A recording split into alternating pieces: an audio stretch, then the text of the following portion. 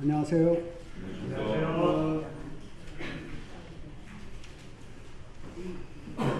약 4주간 이스라엘에 다녀왔습니다.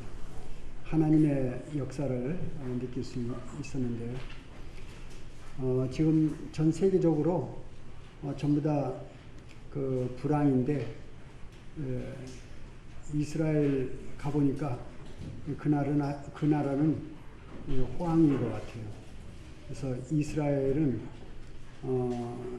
지금 상당히 사람들이 많이 모여들고 북적거리는 그런 나라입니다. 하나님이 일하시는 것이 이렇게 두드러져 보이는 그런 나라입니다. 그 사진하고 이제 동영상을 많이 찍었는데요. 아직 준비가 좀 덜 됐어요. 그래가지고 다음번 시간에 그거를 좀 보여드릴까 합니다. 조금 제가 이제 봤지만은 간접 체험이 될 것 같아요. 이스라엘에 지금 돌아가는 상황, 그리고 절기하고 또 여러 가지 이스라엘에서 지금 이루어지고 있는 일들을 보여드릴 수 있는 그런 기회가 되리라고 생각이 됩니다. 다음번에 그럼 보여드리고요. 오늘은 하나님 말씀을 전하고자 하는데 요번에 이스라엘을 다니면서 그 전에 제가 잘 알고 있는 말씀들인데 새롭게 이렇게 좀 다가오더라고요. 너무 생생하게 다가와서 다시 한번 짚어보려고 합니다. 로마서 9장 14절로 29절까지 같이 좀 보실까요?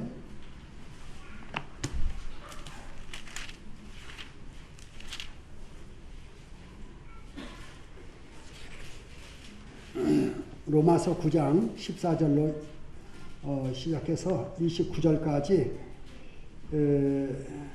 제가 한 절 읽고 성도님들이 한 절 읽고 이렇게 교독을 좀 하겠습니다. 그런즉 우리가 무슨 말 하리요? 하나님께 불의가 있느냐? 그럴 수 없느니라. 모세에게 이르시되 내가 긍휼히 여길 자를 긍휼히 여기고 불쌍히 여길 자를 불쌍히 여기리라 하셨으니 그런즉 원하는 자로 말미암도 아니요 다른 박질하는 자로 말미암도 아니요 오직 긍휼히 여기시는 하나님으로 말미암이니라. 성령이 마루에게 이르시되 내가 이 일을 위하여 너를 세웠으니 곧 너로 말미암아 내 능력을 보이고 내 이름이 온 땅에 전파되게 하려 함이라 하시니 그런즉 하나님께서 하고자 하시는 자를 긍휼히 여기시고 하고자 하시는 자를 완악하게 하시느니라. 내가 내게 말하기를 그러면 하나님이 어찌하여 억울하시느냐 누가 그 뜻을 대적하느냐 하니 이 사람아 내가 누구에게 감히 하나님께 반문하느냐 지음을 받은 물건이 지은 자에게 어찌 나를 이같이 만들었느냐 말하겠느냐. 동이가 지은 한 동이로 하나는 위에 있을 그릇을 하나는 천에 있을 그릇을 만들 권한이 없느냐. 만일 하나님이 그의 진노를 보이시고 그의 능력을 알게 하고자 하사 멸하기로 준비된 진노의 그릇을 오래 참으심으로 관용하시고 또한 영광 받기로 예비하신 바 긍휼의 그릇에 대하여 그 영광의 풍성함을 알게 하고자 하시는 자라고 무슨 말을 하리요. 이 그릇은 우리니 곧 유대인 중에서뿐 아니라 이방인 중에서도 부르신 자니라. 호세아의 그래도 이르기를 내가 내 백성 하나님을 내 백성이라 사랑하지 아니하는 자를 사랑하라 부르리라. 너희는 내 백성이 아니라 한 그곳에서 그들이 살아계신 하나님의 아들이라 일컬음을 받으리라 함과 같으니라. 또 이사야가 이스라엘에 관하여 외치되 이스라엘 자손들의 수가 비록 바다에 몰려갈지라도 남은 자만 구원을 받으리니 주께서 땅 위에서 그 말씀을 이루고 속히 시행하시리라 하셨느니라. 또한 이사야가 미리 말한 바 만일 만군의 주께서 우리에게 실을 남겨두지 아니하셨다면 우리가 소돔과 같이 되고 고모라와 같이 되리로다 함과 같으리라. 예, 한 두 구절 더 보겠습니다. 로마서 11장 20절입니다. 로마서 11장 20절 부터 22절입니다. 제가 또 읽을게요. 교독하겠습니다. 옳도다 그들은 믿지 아니함으로 꺾이고 너는 믿음으로 섰느니라. 높은 마음을 품지 말고 도리어 두려워하라. 하나님이 원하시고 아끼지 아니하셨으면 너도 아끼지 아니하셨다. 22절 한 번 더 다 같이 좀 읽어주시죠. 시작. 그러므로 하나님의 인자하심과 준엄하심을 보라. 넘어지는 자들에게는 준엄하심이 있으니 너희가 만일 하나님의 인자하심에 머물러 있으면 그 인자가 너희에게 있으리라. 그렇지 않으면 너도 찍힌 바 되리라.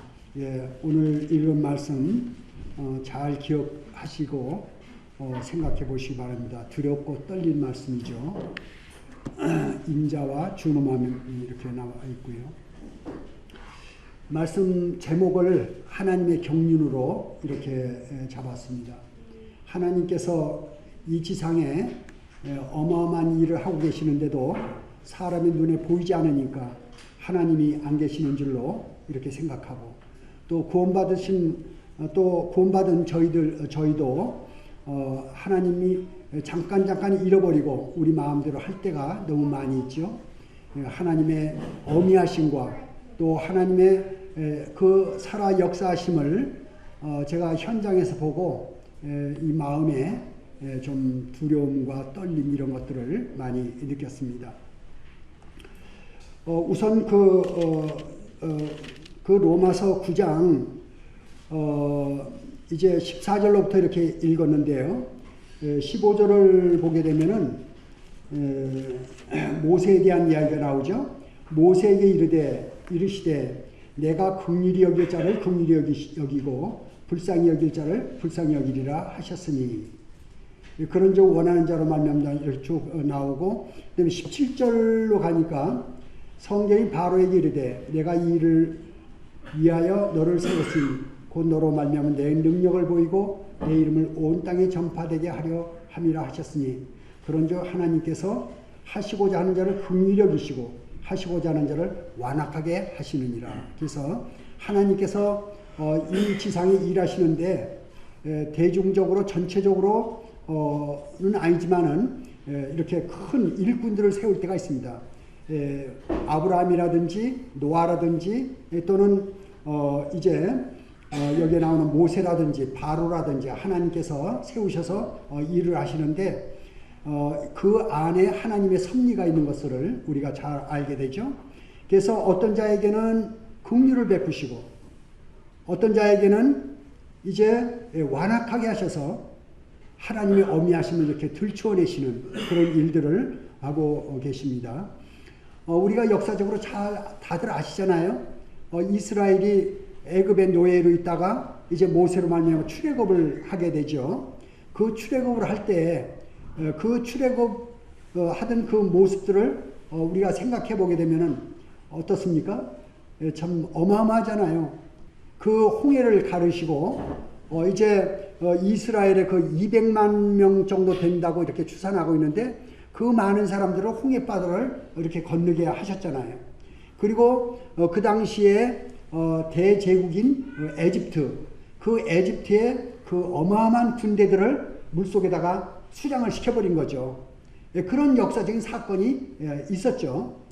그리고 그 200만이나 되는 이스라엘 민족을 광야에서 40년 동안을 먹이시잖아요.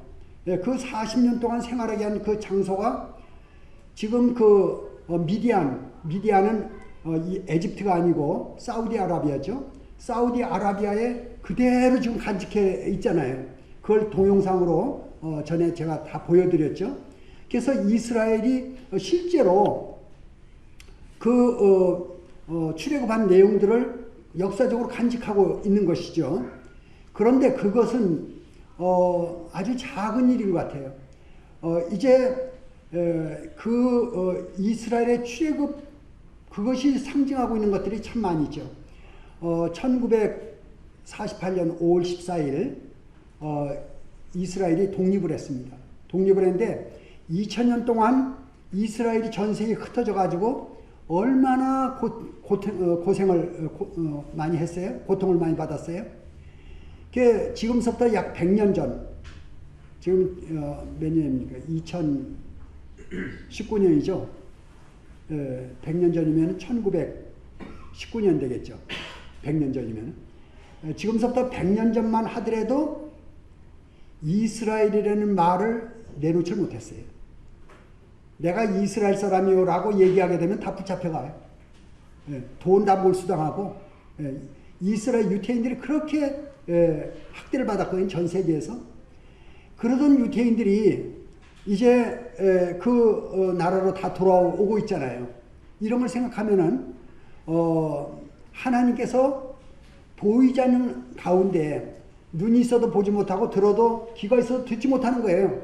하나님의 일이 이 지상에 엄미하게 지금 진행돼 가고 있는데 많은 사람이 모르는 거예요. 너무나 많은 사람이 모르는 거예요. 하나님이 지금 오실 때가 다 돼가고 준비가 다 돼가고 그 땅에 가보면 그걸 볼 수가 있어요. 그런데도 모르는 거예요, 지금. 전혀 생각이 없어요. 그저 직장 나가가지고 일하고, 뭐 열심히 일해야죠, 일하는 거는. 또, 뭐 자기 일하고. 그런데 하나님의 일을 못 보는 거예요. 하나님의 일을. 성도님들은 이제 하나님의 일을 보고 들을 수 있다는 것이 얼마나 큰 축복이냐 하는 것입니다. 우리가 교회가 있어도요, 교회가 있어도 구원받지 않은 사람들 잘 몰라요. 구원받아서 성령이 심령 가운데 임해서 이제 말씀이 들어오는 사람들, 말씀을 읽고 말씀에 이렇게 큐티하면서 매일같이 하나님과의 교통 가운데 있는 사람들, 그 사람들이 아닌 거예요. 하나님 음성을 듣는 거예요. 하나님 말씀을 듣고.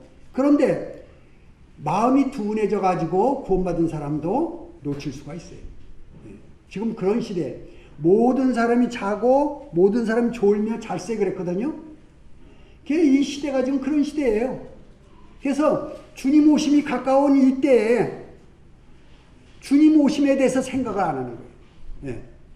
재림이 가까워서 나팔 소리가 좀 이제 들려야 되는 순간이 가까워 있는데도 전혀 생각이 없는 거예요. 그런 시대에 우리 살고 있어요. 어느 날 갑자기 휴거가 돼버리고 나면은 남은 사람들은 그때 땅을 칠 거예요. 아, 그 사람들이 얘기하던 게 그 진짜구나. 휴거된다는 게 그 진짜였구나. 그때 가서 땅을 치고 이제 하나님께서 말씀하신 그 말씀이 지금 성취돼 가고 있는 그런 시대에 살고 있어요. 성취돼 가고 있는 시대. 그래서 뭐라고 되어 있습니까? 28절에 9장 28절 다 같이 한번 읽어보시죠. 시작. 아니요. 9장 28절 로마서 9장 28절 시작. 주께서 땅 위에서 그 말씀을 이루고 속히 시행하시리라 하셨느니라. 주께서 땅 위에서 그 말씀을 이루고 속히 시행하신다. 이 말씀이 뭐예요? 앞에 쭉 진행되는 말씀이에요. 9장에 이제 쭉 나오는 말씀이 뭔 말씀이냐면은 하나님께서 이스라엘을 패하시고 이제 이방을 일으켜가지고 교회 시대가 일궈지고 그 시대가 끝나가고 다시 이스라엘을 회복시키는 그 말씀이에요. 그래서 하나님의 경륜을 이제 이루시고 하나님의 말씀을 이루고 속히 시행하신다. 그래서 지금 이 세상에 하나님 말씀이 통과돼 가면서 이루어져 가고 있는 그런 시대에 살고 있는데 눈이 있어도 보지 못하고 귀가 있어도 듣지 못하는 거예요. 하나님이 어떻게 어디 무슨 일을 하고 계시는지 몰라요. 하나님 무슨 일을 하느냐 그렇게 묻는 거예요. 세상 사람들이. 근데 하나님은 보이지 않는 가운데 하나님의 일을 지금 성취해 가고 계신 거예요. 이걸 생각할 때 우리가 깨어 있을 때가 됐다 하는 얘기입니다. 깨어 있을 때가. 제가 이스라엘에 가보니까 특징이 이렇게 눈에 들어와요. 뭐가 있냐면은 애들이 엄청 많아요. 애들이. 지금 한국은 애들 찾아보기가 참 힘듭니다. 다른 나라도 마찬가지. 애기들이 별로 없어요. 애기들이. 근데 이스라엘 가니까 애기들이 엄청 많아요. 애기들이. 막 여름 나가지고 눈에 특이한 게 이렇게 유모차 하나 끌고 다니는 사람도 있지만 유모차가 쌍유모차가 많더라고요. 처음에는 쌍둥이인가 이렇게 생각했는데 제가 자세히 보니까 쌍둥이는 아닌 것 같아요. 연년생들 나가지고 A가 연년생이니까 어때? 유모차 쌍유모차를 태우고 그리고 또 그 외에 또 걔도 어리니까 유모차 앞에다가 이렇게 자석 만들어 앞에다 태웠어요. 그것도 안 되니까 뒤에다 또 자석 만들었더라고요. 그래서 이 유모차 이 쌍유모차에 4명을 태운 걸 내가 봤어요. 그 애들이 이렇게 많아요. 그 길거리에 또 4명만 태운 게 아니라 옆에 또 걸렸어요. 애들. 그래가지고 애들이 이렇게 같이요. 부모님하고 이렇게 걸어가는 모습을 봤어요. 그래서 이 애들에 대한 것이 이렇게 눈에 특징이 들어왔고, 그 다음 또 하나는 군인들이 많아요. 그래서 젊은 군인들이 실탄 장진해가지고 바로 쏠 수 있는 그런 총들입니다. 그래서 그 군인들이 이 거리마다 있어요. 근데 우리나라는 이제 남자 군인들 이렇게 많이 보이는데 거기는 여자 군인들도 많이 보여요. 그래서 남녀 공이 이렇게 이스라엘의 치안을 담당하고 있는데 제가 가보니까 세계에서 가장 치안이 좋은 나라가 이스라엘이에요. 왜 그런 얘기를 할 수 있냐면은 저희가 무슨 일 때문에 어디 갔다가 좀 늦어가지고 밤 12시 넘어서 그렇게 걸어오는데 거리에 여자들도 걸어다녀요. 네, 여자들도. 저희가 이제 쉘루트라고 비행기에서 내려가지고 예루살렘까지 가는데 그 쉘루트를 타고 왔는데 그거 타고 가면서 예루살렘 들어와서 보니까 그때 굉장히 늦은 시간인데 불 환하고 많은 사람들 막 걸어다녀요. 밤중에, 아주 늦은 밤중에. 그걸 보면서 야, 저 괜찮을까 그랬더니 나중에 보니까 괜찮아요. 우리나라보다 치안이 더 좋아요. 경범죄도 없을 정도로 총 들고 서 있으니까. 그래서 그만큼 군인들이 많이 보였고, 그 다음에 이제 또 한 가지 특징이 뭐였냐면은 절기. 저희가 이제 9월 30일이 나팔절이었고요. 10월 9일이 속죄절이었고 10월 14일이 초막절이었습니다. 이 가을절기가 이제 쪼로로 이렇게 있어요. 가을절기, 봄절기는 이제 6월절부터 이렇게 시작되는데 봄절기를 보러 간 것이 아니고 이번에 이제 가을절기를 체험하러 갔는데요. 그걸 보면서 이렇게 확실하게 절기를 지키는 걸 봤어요. 절기가 되니까 이 거리에 차가 없어요. 차가 전혀 안 다니고, 그리고 이제 가게 문을 다 닫아가지고 물 사기도 힘들어요. 저희가 이제 오후에 물 사려고 그랬다가 문을 닫아가지고 물 사기가 참 어려운 경험을 했는데 그만큼 아주 완전하게 쉽니다. 우리나라는 어떻게 해요? 우리나라는 쉬어도 휴일 되면은 뭐 백화점 뭐 다 열잖아요. 가게고. 그리고 자동차들 다 다녀요. 근데 그 나라는 그렇지가 않아요. 그래서 완전히 쉬는, 그걸 제가 봤거든요. 그래서 아주 완전히 쉬는데 그 사람들이 뭐 하는가 봤더니 회당이 동네마다 이렇게 있는 것 같아요. 동네마다. 회당이 참 많아요. 제가 여러 군데 이렇게 보고 그랬는데 회당이 조그만 데도 있고 큰 데도 있고 그래요. 그래서 저희 처음에 머물렀던 그 집에 바로 그 앞에 회당이 골목인데 저는 그냥 일반 집인 줄 알았어요. 그래서 그런데 소리가 나서 보니까 회당이더라고요. 이렇게 적은 회당도 있고 거기서 또 한 200m 가니까 또 회당이 있고 회당들이 많아요. 그래서 이 휴일날 되면 전부 다 회당으로 갑니다. 회당으로 가고 그리고 이제 회당 끝나면은 이 사람들이 어디로 가냐면 통곡의 벽으로 가요. 통곡의 벽. 통곡의 벽에 가가지고 거기서 계속 성경 이렇게 읽고 그리고 기도하고 그 사람 기도하는 모습이 아주 특이하죠. 이거 계속 이러는 거예요. 계속. 그래서 그 모습을 볼 수가 있었습니다.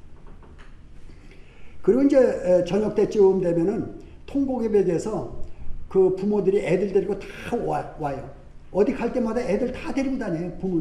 부모들이. 그래서 부모들이 자녀들과 이 가정 아주 교육이 잘 되겠구나 하는 생각이 들었습니다. 저희도 그 전에 텔레비 없고 라디오 없을 시절에 툇말에 앉아서 제가 어렸을 시절에 저의 아저씨들 또 저의 이제 삼촌들 그런 분들이 툇말에 앉아가지고 네 조상은 어떻고 뭐 네 할아버지는 어떻게 지냈고 네 아버지는 어떻게 지냈고 이런 것들 얘기해주고 그랬거든요. 근데 지금은 그런 얘기 할 시간이 없어요. 전부 다 뭐 조그만 거 뭐 보고 앉았니라고 다들 그러잖아요. 그 다음에 이제 또 한 가지 네 번째 그 특징으로서는 전 세계 사람들이 이 예루살렘으로 이스라엘로 몰려들어가지고 사람이 복작복작해. 사람이 엄청 많아요. 엄청 많아요. 그래가지고 제가 이제 그런 생각이 있어요.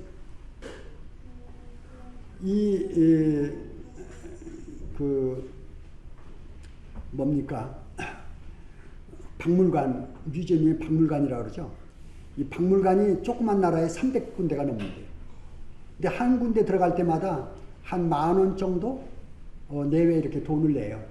근데 그 박물관에 세계에서 많은 사람들이 와가지고 다 그 박물관들 다녀요. 네. 다 드는데 그게 다 돈이에요. 그래서 전 세계 사람들이 몰려와가지고 이스라엘에 돈을 얼마나 떨어뜨리는지 몰라요. 가을에 바람 불면 낙엽 떨어뜨리듯이 그렇게 돈을 많이 떨어뜨리는 것 같아요. 그래서 이스라엘이 지금 이렇게 일어나고 있는 그런 감을 제가 받았어요. 그래서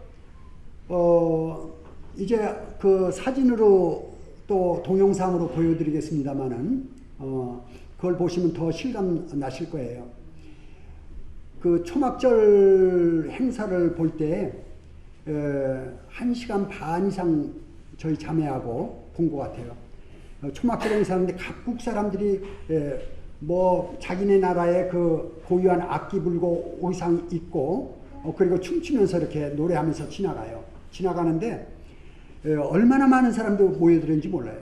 그걸 보면서 제가 느낀 것이 하나님께서 이제 차근차근 이루고 계시구나. 스가랴서 14장에 보게 되면은 초막절에 전 세계의 사람들이 하나님께 예배드리러 예루살렘 성전에 올라오리라고 그렇게 기록이 되어 있거든요.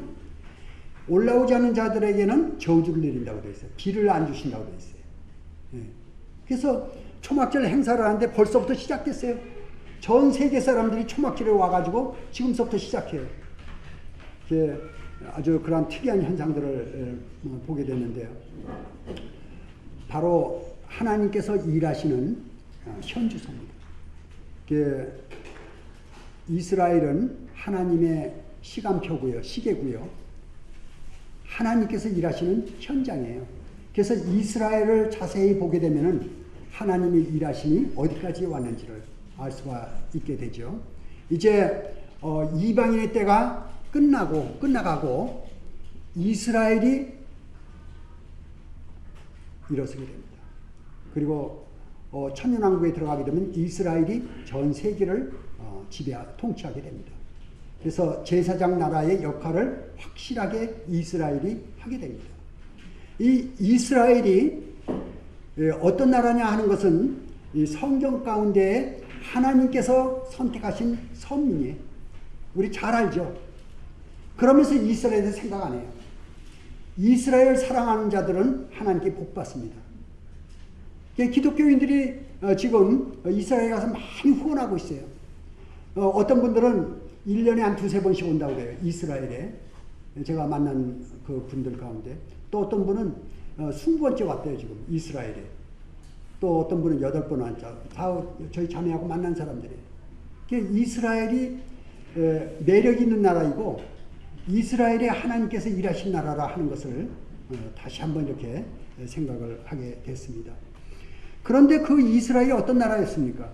그 이스라엘이 서두에도 잠깐 말씀을 드렸습니다마는 초림 전에 예수님이 오시기 직전에 이스라엘은 약 600년간 그 바벨론과 아시리아의 포로로 잡혀가가지고 황폐가 돼버렸어요. 그래가지고 겨우 이렇게 하나님의 은혜로 돌아와서 예수님을 기다리고 있던 그 시대에 그게 이제 초림 시대예요. 지금부터 2000년 전입니다. 2000년 전 때 그 이스라엘 사람들이 예수님을 맞아들였어야 되는데 실패를 본 거죠. 왜 그랬죠? 정치적인 메시아를 기다리기 때문에 그렇습니다. 정치적인 메시아. 근데 예수님은 초림은 정치적인 메시아가 아니고 뭐였냐면은 그 예수님은 구세주로 오신 것이죠. 그래서 마옥간에 태어나시고 말구에 누이시고 초라한 그런 모습으로 하나님이신 그분이 인간의 몸을 쓰고 오셨는데 그런 모습으로 오셨잖아요. 그래서 그 2000년 전에 오셨던 그 예수님을 이스라엘 사람들이 몰라봤던 겁니다. 몰라보고 배척한 거죠. 그 예수님을 십자가에다 내어준 것이죠. 그 십자가에 내어줬던 그 예수님, 이제 온 인류를 위한 화목제물로 온 인류 대표해서 십자가에 돌아가신 그것을 우리가 예배에 지금 나타냈지 않습니까? 그 예수님이 이제 두 번째 오신다는 걸 우리가 알죠. 재림입니다. 그 재림을 준비하기 위해서 이스라엘이 다시 회복돼 가지고 재림 예수를 맞을 준비를 하고 있는 것입니다. 그러니까 초림 때 실패했던 그 이스라엘, 이제 재림 때에는 이제 제대로 맞이하게 됩니다. 그래서 나팔절, 속죄절, 초막절이 바로 예수님하고 관계가 있는 절기입니다. 그래서 이제 이스라엘에서 준비하고 있는 것이죠. 그 이스라엘이 순환을 당한 것을 우리는 기억해야 됩니다. 왜 기억해야 되는 것은 잘 아시죠? 이스라엘 사람들이 예수님을 십자가에 못 박을 때 빌라도가 그랬어요. 나는 예수하고 상관없다. 그러면서 그 대야에다 물 떠놓고 손을 씻죠. 이 사람 피값을 너희가 당해라 그랬죠. 그때 그 유태인들이 뭐라 그랬냐면은 저의 피값을 우리와 우리 자손에게 돌리소서 그랬어요. 예수님의 그 피값을 우리와 우리 자손에게 돌리소서. 그리고 AD 70년에 멸망당하고 약 1900년 동안 이스라엘 전세에 흩어져서 고통을 당한 겁니다. 예. 얼마나 고통을 당했냐 하는 것은 역사적으로 그 홀로코스트가 있어요. 거기에 이제 그 뮤지엄 중에 하나 있는데 홀로코스트 가보게 되면은 처참한 광경도 잘 돼 있어요. 이스라엘이 처참하게 죽어갔어요. 그리고 학대를 받고 그런 것들이 나와 있습니다. 성전은 회파되고 유대인들은 전 세계에 흩어지고 전 세계에서 학대를 받았던 그런 것들을 보게 되죠. 2차 대전 때 히틀러에 의해서 600만이 학살당한 그런 것들을 우리가 알게 되고 어느 민족 또 어느 나라도 이스라엘과 같이 그렇게 학대받은 나라가 없고 근데 그 나라가 1900년 이후에 그 팔레스타인에 찾아와가지고 국가를 형성하잖아요. 국가를 형성합니다. 그리고서는 이제 그 나라가 지금 발전하고 있어요. 부흥하고 있어요. 그리고 그들 기도 가운데 계속 그들이 히브리어로 하는데 알아들을 수가 없어요. 제가 알아듣는 단어가 3가지의 단어가 있어요. 히브리어. 하나, 아멘. 똑같아요. 할렐루야. 똑같아요. 머사이아. 메시아. 그 똑같아요. 그래서 이렇게 나오더라고요. 그거 알아들었어요. 근데 계속 기도 가운데 메사이아. 메시아를 계속 메시아 얘기를 해요. 그 얘기는 옷이 없어서 예수님 오시라고 그 얘기예요. 그럼 이스라엘 지금 예수님 예수님 메시아인지 아직 인정을 안 하죠. 그 사람들은 인정을 안 하니까 메시아가 오시기를 기다리고 있는 그 분위기예요. 그들 기도 그 내용이 메시아입니다. 그걸 볼 때 이제 우리가 경각심을 가지고 깨어야 하지 않겠는가 하는 그런 생각을 좀 하게 되고요. 그 다음에 예레미야서하고 에스겔서하고 이사의 예언들을 제가 잠깐 좀 보겠습니다. 예레미야 31장 말씀을 좀 찾아보죠.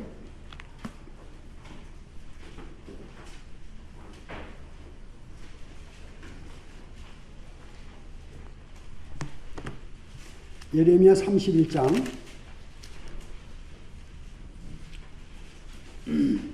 35절 36절입니다.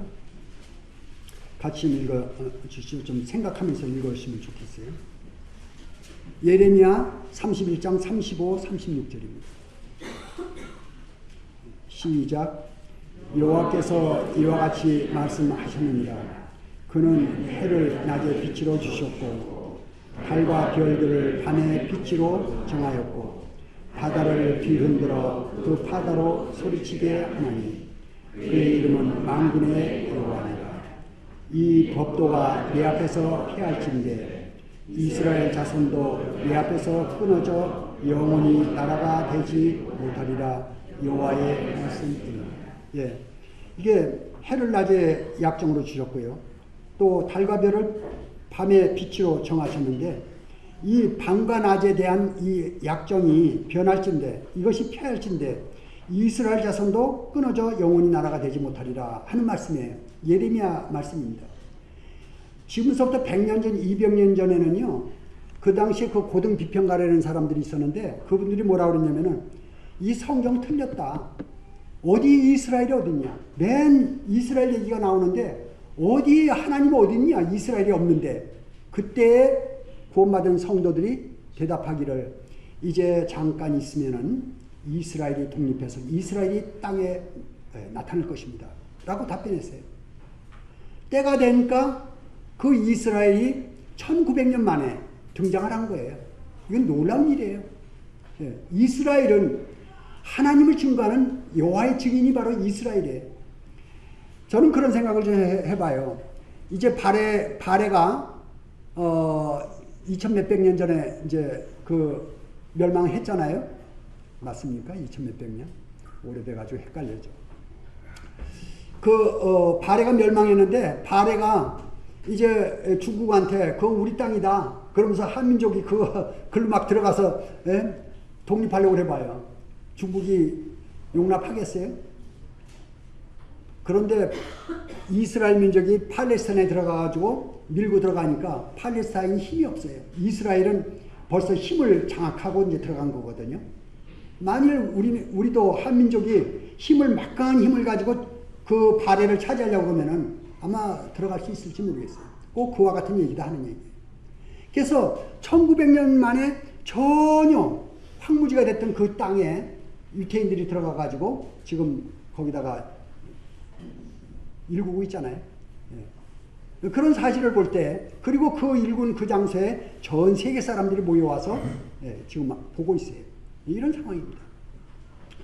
또 하나, 에스겔서, 요거는 제가 그냥 기니까 말씀으로 해드릴게요.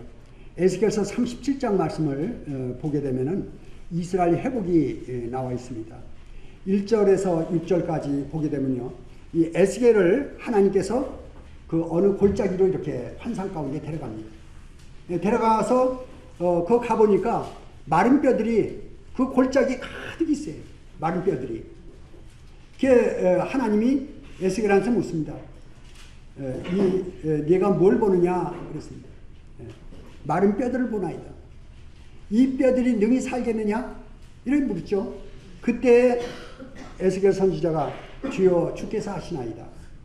그때 하나님께서 에스겔에게 마른 뼈들에게 이제 대언하라 하면서 마른 뼈들한테 이제 살아나라 그러죠. 이게 마른 뼈들이 이 뼈 저 뼈 이렇게 맞더니 거기에 이제 뼈가 이렇게 일어서고 거기에 살이 붙고 일어서는데 어마어마하게 큰 군대입니다.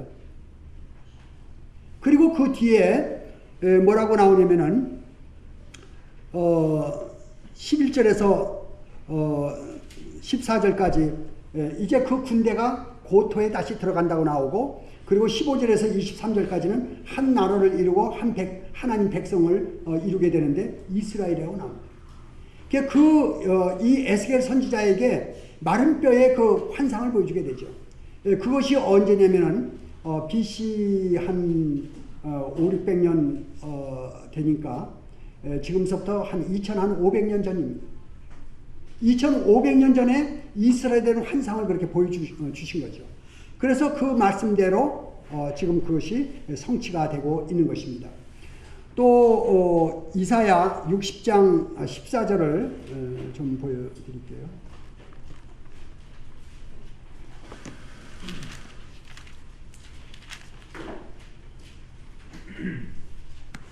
이사야 60장 14절 찾으셔가지고 한번 같이 좀 보시기 바랍니다.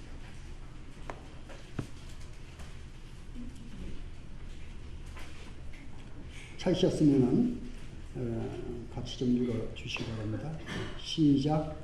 너를 괴롭히던 자의 자손이 몸을 굽혀 내게 나오며 너를 멸시하던 모든 자가 내 발 아래 엎드려 너를 일컬어 여호와의 성읍이라 이스라엘의 거룩한 이의 시온이라 하리라. 예, 이 말씀이 지금 그대로 성취되고 있어요. 너를 괴롭히던 자의 자손이 몸을 굽혀 내게 나와 너를 멸시하던 모든 자가 내 발 아래 엎드려 그랬습니다. 지금 이 세계가 유대인들에게 굴복하고 있어요. 예, 유대인들이 미국의 정치, 경제, 문화 다 잡고 있습니다. 또 전 세계 유럽의 경제권도 사실은 유대인들이 다 잡고 있어요. 이 세계의 모든 실권을 유대인들이 잡고 있어요. 그래서 그들이 지금 세계를 주무르고 있는 것입니다. 그 유대인들 적어도 큰 사업을 하신 분들은 유대인들을 무시하면 사업을 할 수 없다고 그래요. 그 유대인들 이제 실제로 이 말씀처럼 그전에는 유대인이라는 말만 해도 다 붙잡혀가고 쫓겨나고 재산 몰수당하고 집 뺏기고 그렇게 핍박받던 유대인들이 전 세계의 모든 재물과 힘을 다 붙들고 있어요. 그래서 그 유대인들이 지금 세계를 장악하고 있다는 것을 우리는 생각해야 됩니다. 이 말씀이 그대로 성취한 것이죠. 그 다음에 이사야 60장 5절 한 구절 더 볼게요. 또 같이 좀 읽어주시기 바랍니다. 시작. 그때 내가 보고 기쁜 빛을 내며 내 마음이 놀라고 또 화창하리니 이는 바다의 부가 내게로 돌아오고 이방 나라들의 재물이 내게로 옵니다. 예, 모든 재물들이 이스라엘로 몰려들고 있다 하는 것을 이렇게 보게 됩니다. 그래서 지금 이방인의 때가 점점 끝나가고 이스라엘이 이제 들어서게 됩니다. 이스라엘이 들어서면서 그 이스라엘 사람들이 지금 보게 되면은 한 50% 정도가 유대교인이라고 그래요. 뭐 통계적으로 뭐 80몇 프로 이렇게 나오지만은 거기 가서 실제 그분들한테 물어보니까 한 반은 하나님 믿는 신앙을 가지고 있고 한 반은 안 가지고 있다고 그러더라고요. 텔아비브에 가게 되면 이제 좀 완전히 분위기가 틀리죠. 그런데 실제로 그 국가의 이스라엘의 그 통치를 지금 맡고 있는 사람들이 유대인들이라고 그래요. 유대인들이 실제로 그 권력을 쥐고 있기 때문에 그 유대교가 국교가 되어 있습니다. 유대교가 국교가 되어 있고 그리고 절기가 되면은 그 절기를 정확하게 지키고 있습니다. 유대식으로. 그래서 이스라엘이 지금 그런 지경에 있다 하는 것을 알게 됩니다. 로마서 11장 20절 넘어가겠습니다.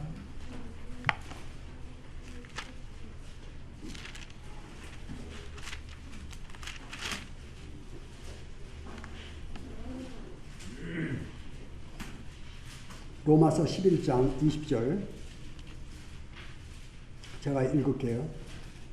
옳도다 그들은 믿지 않음으로 꺾이고 너는 믿음으로 섰느니라. 높은 마음을 품지 말고 도리어 두려워하라. 위에서부터 연결되는 기절인데요. 그들은 이스라엘을 얘기합니다. 2000년 전에 이스라엘은 율법을 지키려고 마음을 썼죠. 그래서 그들은 믿지 아니므로 꺾이고 너는 믿음으로 섭니다.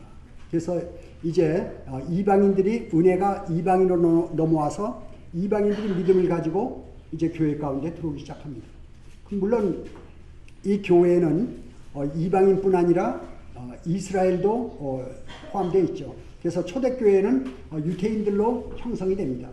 그러면서 점차 유태인들은 많이 이제 희석이 되고 이방인들로 이 교회의 많은 부분들을 채워지고 있습니다. 그래서 율법을 지키려 하던 이스라엘은 넘어지고 이제 믿음으로 향했던 이 이방인은 믿음으로 서게 된 것입니다. 바로 하나님의 경륜이 여기서 드러나게 되죠. 드러나게 되고 이제 이 교회 가운데 우리가 명심해야 될 것이 바로 이 점입니다. 21절 같이 좀 읽어주시면 좋겠습니다. 시작. 하나님이 원가지들도 아끼지 아니하셨은즉 너도 아끼지 아니하시라. 예. 하나님이 원가지는 뭐냐면 이스라엘입니다.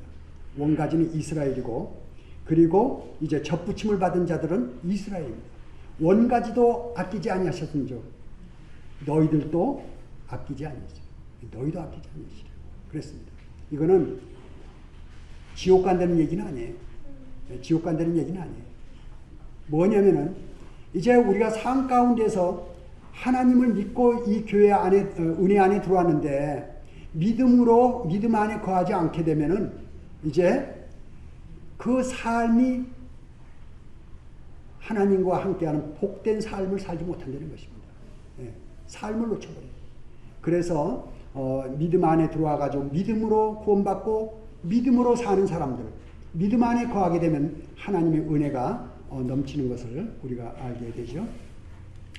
22절로 보겠습니다.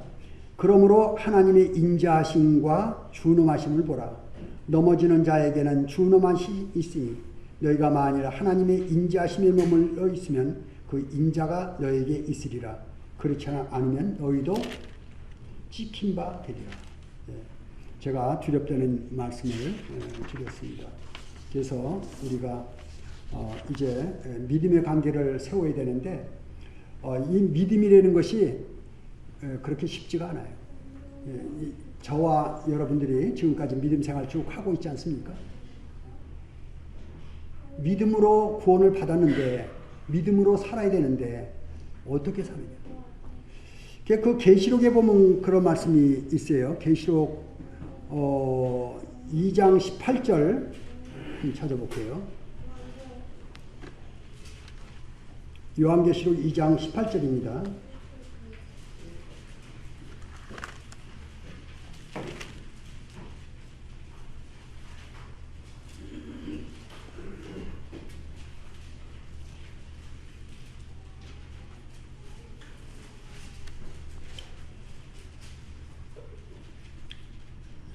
제가 읽을게요.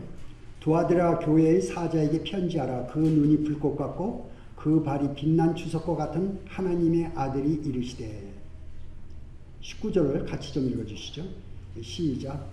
내가 내 사업과 사랑과 믿음과 성김과 인내를 아노니 내 나중 행위가 천국보다 많다. 보통 이 교회사적으로 두아드라 교회는 천주교를 일컫고 있습니다.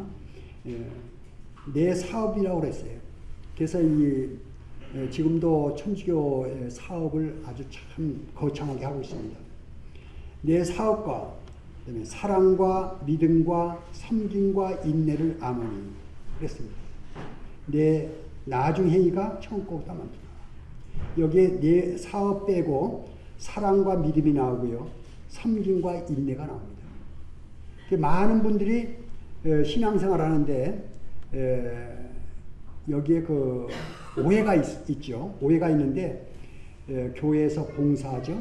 또 밖에 나가서 봉사하고 섬기고 이런 일을 열심히 하는 것이 신앙인 줄 이렇게 생각해요. 이게 문제입니다.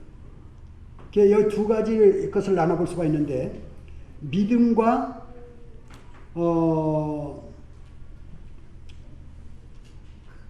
사랑과 믿음은 신앙생활의 내적인 부분이고요. 그 다음에 섬김과 인내는 외적인 부분입니다.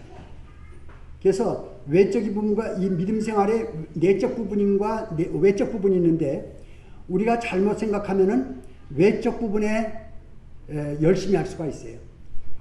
물론 교회 잘 나오셔야 되고, 또 성도님들 잘 섬겨야 되고요. 또 구도자들 다 섬겨야 되고요. 또 봉사도 잘 해야 되고, 또 어려운 일을 있을 때 잘 참아내야 돼요. 근데 이거는 외적인 부분이고요. 그 앞에 필요한 부분이 있는데, 사랑과 믿음입니다. 사랑과 믿음. 이 사랑과 믿음은 내적인 부분이에요. 이 사랑과 믿음이 있을 때, 섬김과 인내를 해낼 수가 있어요. 그럼 신앙생활은 이 사랑과 믿음을 이제 일궈내야 되는데, 사랑과 믿음이 우리한테 있느냐는 거예요. 우리한테 없습니다. 잘 아시는 대로. 우리한테 없어요. 제가 저 자신을 들여다봐도 사랑도 없고 믿음도 없어요. 그럼 사랑은 어디 있느냐? 주님께 있어요. 믿음도 주님께 있어요. 그럼 우리는 매일이 아니에요. 매 순간입니다. 매 순간 주님께로부터 공급받지 않으면 뭘 공급받습니까? 사랑과 믿음을 공급받아야 돼요. 그래서 이것이 뭐냐면, 주님과 함께 하지 않으면 이 공급받을 수가 없어요. 그래서 이 공급이 될 때에 봉사가 나오고, 다른 사람을 섬길 수가 있고, 다른 사람한테 관용을 베풀 수가 있고. 네. 주님께서 내 심령 가운데 역사하지 아니하시면 아무것도 없어요. 절 보니까 그래요. 성도님도 그런 걸 느끼실는지 모르겠지만, 신앙이라는 것이 그래요. 아무것도 없어요. 어떻게 해야 돼요? 항상 기뻐하라, 쉬지 말고 기도하라, 범사에 감사하라, 이렇게 돼 있죠. 항상 기뻐하라는 것은 뭐예요? 지옥 갈 사람이 이제 지옥 안 가게 됐어요. 하나님 전혀 모르던 사람이 하나님을 알았어요. 이 세상에 어디서 와서 어디로 가고 있는지 알았어요. 이제 물리가 터지죠. 구원받을 때. 그렇게 많이 의문이 많았는데 구원받으면서 의문이 싹 없어져 버려요. 아, 하나님이 계시네. 하나님이 일하시네. 하나님이 내 마음에 찾아오시면서 모든 의문이 싹 가셔버립니다. 네. 의문 가셔요. 그런데 다 된 줄 알았는데 좀 있으니까 세상께 또 들어오고 하나님 온 데가 없어져 버려요. 마귀 사탄은요, 아주 끈질깁니다. 그래서 우리 심령 가운데 이제 쉬지 말고 기도하라 하는 영적 호흡이라고 그랬지 않습니까? 주님과 함께 하는 거죠. 주님, 제가 지금 여기 있습니다. 또 틈만 나면 또 말씀에 돌아가서 말씀 읽고 주님께 내 사정 아뢰고. 이게 동행하는 삶이라는 것이 뭐예요? 주님과 함께하는 삶인데 주님과 교통하는 것입니다. 네. 주님과 교통이 끊어지게 되면은 그 순간 벌써 어둠이 들어와 있어요. 우리 마음 가운데, 우리 심령 가운데. 저도 경험하는 바이고 성도님들도 아마 경험하셨을 거예요. 많은 걸 경험하죠. 그래서 우리가 얼마나 많은 실패를 합니까? 이 땅에 사는 동안에 많은 실패를 하죠. 착오를 많이 하죠. 그러면서 결국은 나에게 선한 것이 없다는 고백을 우리가 이해하게 됩니다. 나한테 선한 것이 없다. 능력이 없어요. 정말 무능한. 내가 선을 일궈낼 능력도 없고 아무것도 없어요. 어떻게 해야 돼? 주님한테 받아야 되는 것이죠. 네. 그래서 이제 주님 앞에 나가면 주님이 정말 겸손하시고 그리고 자비로우신 분인 것을 아는 것은, 내가 실컷 딴짓하고 돌아왔는데도 여전히 주님 안에 들어오게 되면 주님이 따뜻한 음성으로 말씀을 주십니다. 말씀을 주실 때 우리 마음에 회복이 일어나죠. 그래서 이런 것들을 우리가 이제 주님과 함께하는 그 삶, 그래서 교회 섬김이라든지 또는 교회에서 뭐 봉사하고 또 성도님들 잘 대접하고, 이게 참 좋은 거예요. 그건 아주 좋은 것입니다. 그런데 그것이 주님과의 교통 가운데서 일어나지 않으면 쓴뿌리가 나요.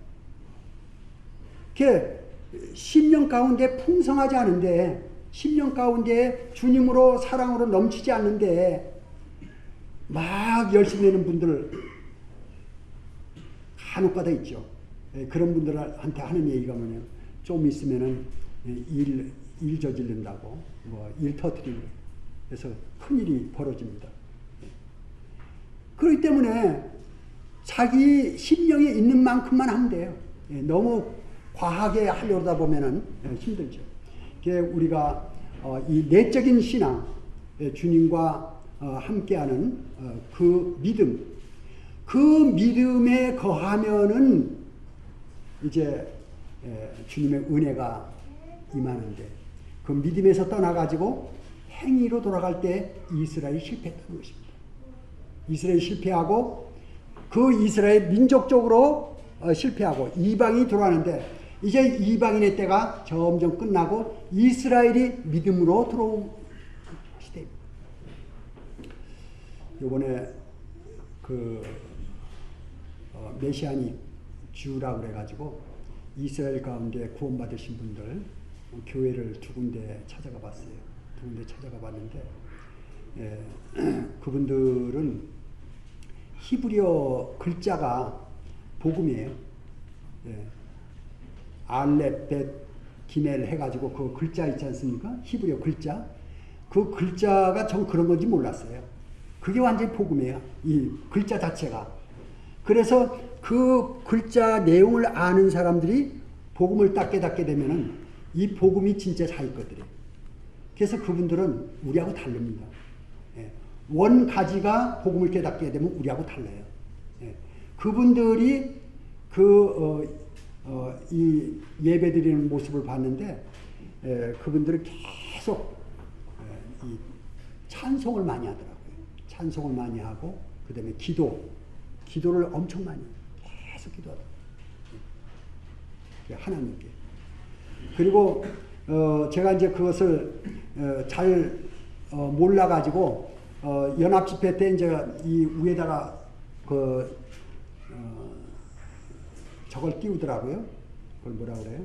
비무로 해가지고 영상을 띄우는데 그 영상 띄우는 끝에 히브리 말로 써놓고 그 밑에 영어로 써놨어요. 그래서 그 영어 써놓은 걸 제가 이제 유심히 봤는데 그 내용이 저희가 죄인입니다. 저희가 죄를 많이 지었습니다. 그런 내용이에요. 그리고 주께 돌아옵니다. 주여 오소서. 그런 내용이에요. 메시아. 그들 그 10년 가운데 그동안에 하나님을 떠나 있었다가 하나님께 온다는 그런 내용들이에요. 그 앞에 그 영상들이. 그런 것들 제가 찍었어요. 그걸 찍어가지고 그걸 이제 보시면 알아요. 그리고 뭐라고 되어 있냐면 하나님이여 당신은 왕이시고 당신은 주제시고 영원히 찬송받을 분이시고 그분에 대한 찬송이 이어집니다. 또 그분에 대한 찬송이. 우리가 느끼는 그 하나님과 그들이 느끼는 하나님과 차이가 있어요. 실제로. 그래서 이제 이 시기가 이제 그런 시기다 하는 것들을 제가 거기 가서 좀 이렇게 뭐랄까 느낀 것들을 성도님들한테 좀 알려드려야 되겠다. 이 시대에 대해서 알려드려야 되겠다 하는 마음을 갖고요. 그리고 한 가지 더 말씀을 드리고 끝내겠는데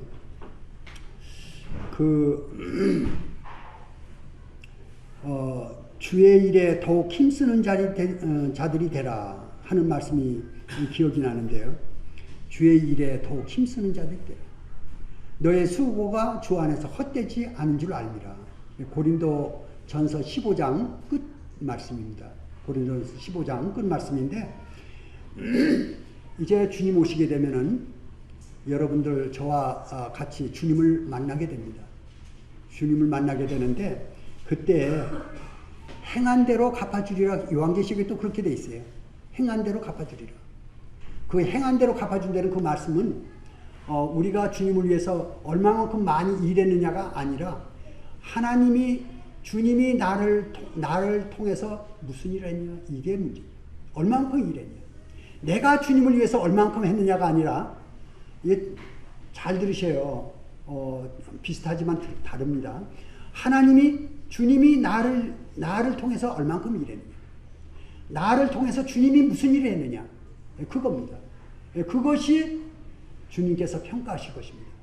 내가 주님을 위해서 일을 한 것 가운데 반은 주님으로 해서 한 것도 있고 주님 없이 한 것도 있을 수가 있어요. 그건 헛겁니다. 주님 없이 내 힘으로 주님 섬겼던 것은 그건 가짜입니다. 그건 수에 들어가지 않아요. 주님이 나에게 임하셔서 주님과 함께함으로 감동이 돼서 주님 임하심으로 주님께 했을 때 그것이 주님 것입니다. 그것이 계수에 들어가거든요. 주의 일에 더욱 힘쓰는 자들이 되라 그랬습니다. 근데 주의 일이 뭡니까? 라고 제자들이 물었어요. 기억나십니까? 혹시 성도님들 가운데? 주의 일이 뭡니까? 하고 물었는데 주님이 대답하셨거든요. 요한복음 6장 28절로 넘어가겠습니다.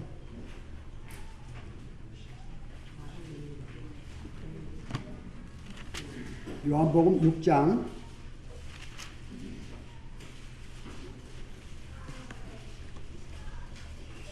28절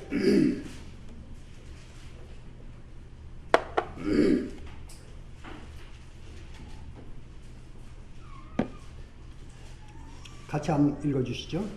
시작. 그들이 묻되 우리가 어떻게 하여야 하나님의 일을 하오리까?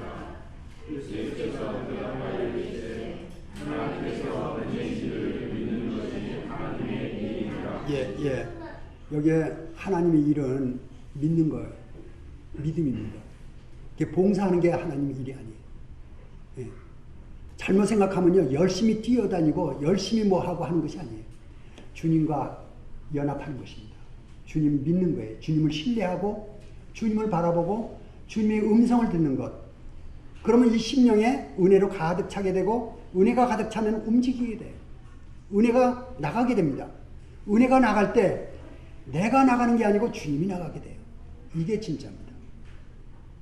그래서 주의 일에 힘쓰라 하는 이야기를 봉사로 생각하시면 오해입니다. 이제 믿음 안에 거하는 것입니다. 더욱 주님과 가까이 하시고 주님 말씀을 들으시고 큐티하시고 그리고 심령에 주님의 은혜로 심령이 가득하게 될 때 우리는 주님을 드러내고 주님을 섬기는 삶이 제대로 된다고 생각됩니다. 두서없이 말씀을 드려 죄송합니다. 이것으로 말씀을 마치겠습니다.